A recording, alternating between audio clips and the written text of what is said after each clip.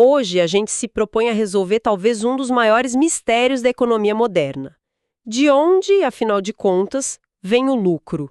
Uma pergunta fundamental. E para essa investigação, nosso guia vai ser um dos textos assim mais densos e impactantes já escritos, O Capital, de Karl Marx. A nossa missão aqui não é resumir a obra inteira, o que seria, impossível. Completamente. Mas é usar os próprios trechos para seguir as pistas e entender o argumento central de como a riqueza é criada. É uma ótima forma de colocar. A análise que a gente vai fazer é quase como uma autópsia de um sistema. Vamos começar dissecando o elemento mais básico, a mercadoria. Certo. E seguir o rastro do dinheiro para descobrir como ele se multiplica. E no caminho, claro, ver o custo humano disso tudo, que é uma parte crucial da obra. A lista aparece como uma enorme coleção de mercadorias. Essa é a nossa cena do crime, digamos. Se tudo é mercadoria, o que isso significa exatamente? Basicamente, o texto diz que toda mercadoria tem uma identidade dupla. Por um lado, ela tem o que ele chama de valor de uso. A utilidade dela. Isso, a função prática. Um casaco serve para aquecer, um café serve para ser bebido. É algo concreto, sabe? A qualidade do objeto. Ok, isso é fácil de entender. É o motivo pelo qual a gente compra as coisas. E qual seria a outra identidade? É o valor de troca. É a capacidade que essa mercadoria tem de ser trocada por outras. Tipo, em certas proporções. Quantas xícaras de café por um casaco, por exemplo? Exatamente. O que nos leva à pergunta: o que permite que coisas tão diferentes possam ser comparadas e trocadas? O que elas têm em comum? Imagino que não seja o peso, nem a cor. Não. Se um casaco e um café são trocados, deve existir algo de equivalente neles. Exato. O argumento central aqui é que essa substância comum é o trabalho humano. Mais especificamente, o tempo de trabalho socialmente necessário para produzir cada uma delas. Ah, essa é uma ideia-chave, né? É a ideia-chave. E veja bem, não se trata do tempo que um trabalhador específico, talvez mais lento, levou. É uma média social. É o tempo que a sociedade, com a tecnologia e as habilidades médias da época, precisa para fazer aquele item. Entendi. Então, o valor não está, na genialidade do inventor, mas nessa energia social invisível, nesse tempo de trabalho médio. Isso. É uma ideia bem radical. Mas se as coisas são trocadas por equivalentes, o mistério continua. Como isso gera lucro? Como alguém que entra no mercado com R$ 100 sai com 110? Essa é a pergunta de $1 milhão. E é aqui que a análise fica, fascinante. A primeira hipótese que o texto descarta é que o lucro vem de ser mais esperto, de comprar barato e vender caro. Certo. Porque, nesse caso, o que um ganha, o outro perde. Seria um jogo de soma zero. A riqueza total não aumentaria, só mudaria de mãos. Exatamente. A fonte do lucro precisa ser algo que cria valor novo. E essa fonte não está no mercado, na troca em si. Não. A cena do crime, como você bem colocou, não é no mercado. É dentro do que o texto chama de a morada oculta da produção. E lá a gente encontra uma mercadoria muito, mas muito especial. E qual seria? A força de trabalho. A capacidade que uma pessoa tem de trabalhar. O que a torna tão única? O que é genial na análise é que a força de trabalho é a única mercadoria que, ao ser usada, ao ser consumida, ela cria mais valor do que ela mesma custa. Espera, vamos destrinchar isso. Vamos. O capitalista vai ao mercado e compra a força de trabalho de uma pessoa por um período, digamos um dia. Ele paga um salário por isso. E o valor desse salário seria determinado como? Pela mesma lógica. O tempo de trabalho. Exatamente. O valor da força de trabalho é o tempo de trabalho necessário para produzi-la. Ou seja, o valor de tudo que o trabalhador precisa para se manter vivo, saudável e pronto para voltar no dia seguinte. Comida, moradia, roupas. O custo de manutenção do trabalhador. Isso. Que analogia. Então, o salário não é o pagamento pelo trabalho que a pessoa realizou. Não é. Mas sim o custo do combustível para que ela possa trabalhar. Essa distinção é a chave de tudo. É a chave de tudo.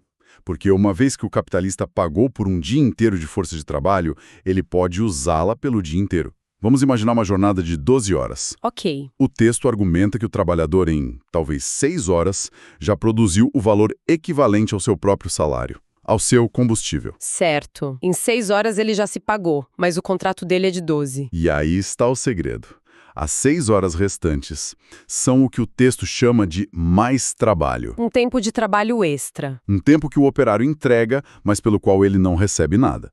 É esse trabalho não pago que gera mais valor, a fonte original do lucro. Nossa, isso é impressionante. Porque o processo todo parece uma troca justa na superfície, né? Um salário por um dia de trabalho. Parece. Mas por baixo dos panos, está acontecendo essa extração. Precisamente. A obra faz um paralelo com a servidão feudal, para deixar isso bem claro. Para o servo, a divisão era visível. Ele trabalhava 3 dias na sua terra para se sustentar. O trabalho necessário. E 3 dias na terra do Senhor, de graça. O mais trabalho. Era explícito. Entendi. No capitalismo, essa divisão fica oculta dentro da jornada. O salário mascara o fato de que uma parte do dia não foi paga.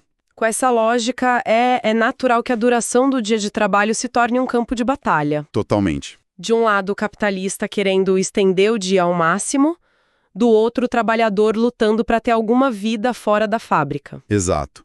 A obra descreve isso como uma guerra civil de séculos entre as classes. O impulso do capital para extrair o que o texto chama de mais valor absoluto, que é basicamente esticar a jornada, não tinha limite, sabe? E os exemplos históricos que o texto traz são a prova disso.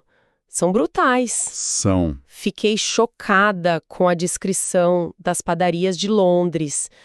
Não é uma análise teórica. É um relato quase jornalístico do horror. É um dos trechos mais viscerais, sem dúvida. O autor cita relatórios públicos para descrever o pão que a população comia, como algo que continha certa quantidade de suor humano, misturado com supurações de abscessos, teias de aranha, baratas mortas e fermento podre. Que horror. E isso não era por maldade, mas pela lógica do sistema. Padeiros, muitos deles jovens, trabalhando 12, 14 até 16 horas em porões quentes, sem ventilação. Era a busca incessante por mais tempo de trabalho. Exato. E o que dizer do trabalho infantil? Os relatos são de cortar o coração. São terríveis. O texto usa muitos relatórios dos inspetores de fábrica, que eram funcionários do governo, né? Tem o caso de um menino de 7 anos que o pai precisava carregar nas costas, na neve, para chegar na fábrica. Para uma jornada de 16 horas. Nossa. Outro, de 9 anos, que emendava 3 turnos seguidos. Ficava quase 36 horas trabalhando. As crianças dormiam nas máquinas. É difícil até de processar. É. O livro resume isso como um roubo sistemático das condições de vida do operário durante o trabalho. Roubo de espaço, ar, luz. Dá para entender por que a jornada de trabalho virou um campo de batalha tão intenso. Sem dúvida. E essa luta eventualmente resulta em vitórias, como a Lei das 10 horas na Inglaterra, que limitou a jornada. Foi um marco. Ok, então o Estado intervém, limita a jornada para 10 horas, acabou a extração de mais valor, o capitalista perdeu o jogo. Longe disso, a estratégia apenas se torna mais sofisticada. Se não dá mais para aumentar o lucro estendendo o dia de trabalho, o mais valor absoluto, o foco muda porque a análise chama de mais valor relativo. E como isso funciona? Se o dia está fixo em 10 horas, como se extrai mais trabalho não pago dele? A resposta é tecnologia. A grande arma é o aumento da produtividade através da maquinaria. O raciocínio é genial. A máquina faz com que um único trabalhador produza, 10 vezes mais sapatos na mesma hora. Certo. Isso inunda o mercado com sapatos, e o preço deles despenca. Agora aplique isso a tudo. Pão, tecidos. O custo de vida do trabalhador cai.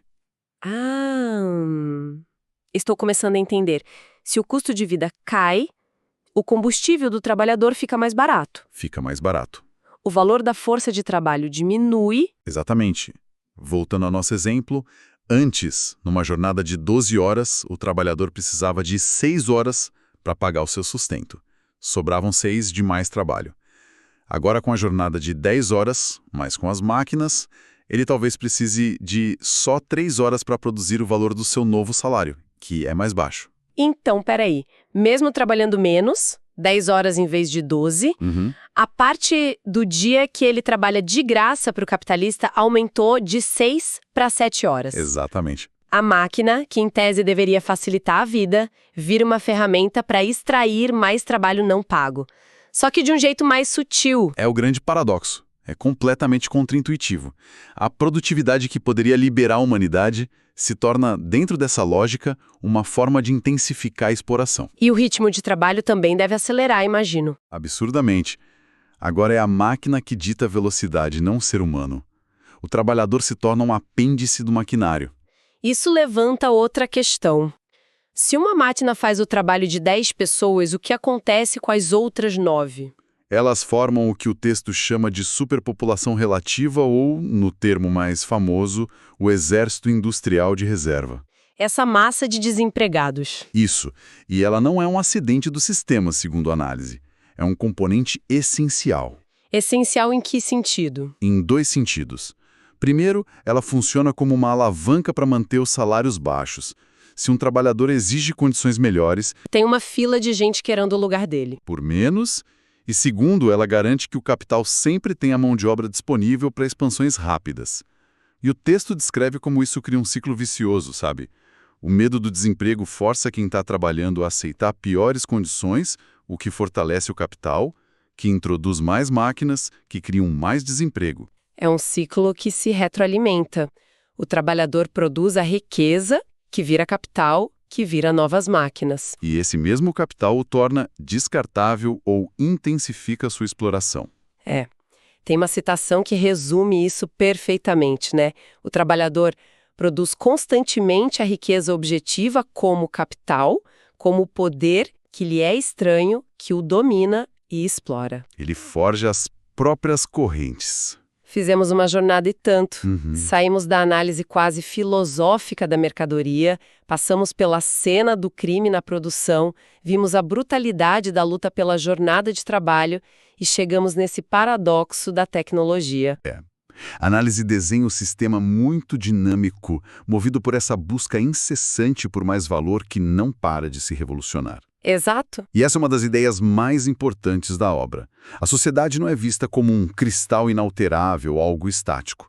Pelo contrário, é um organismo capaz de transformação e em constante processo de mudança. O conflito é o motor da história. E para fechar, queria trazer um pensamento final, uma provocação que vem do próprio texto e que mostra a complexidade de tudo isso. A obra argumenta que a grande indústria, ao arrastar mulheres e crianças para o trabalho fora de casa, apesar de fazer isso da forma mais brutal e pestífera, estava, sem querer, criando o novo fundamento econômico para uma forma superior da família e da relação entre os sexos. É um ponto fascinante e que gera muito debate.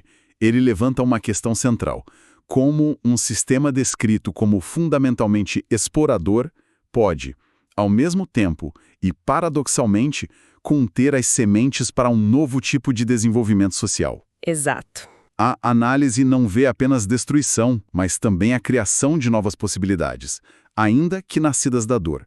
Fica a pergunta para nossa reflexão. É possível que o progresso histórico, de alguma forma, sempre nasça de suas próprias contradições?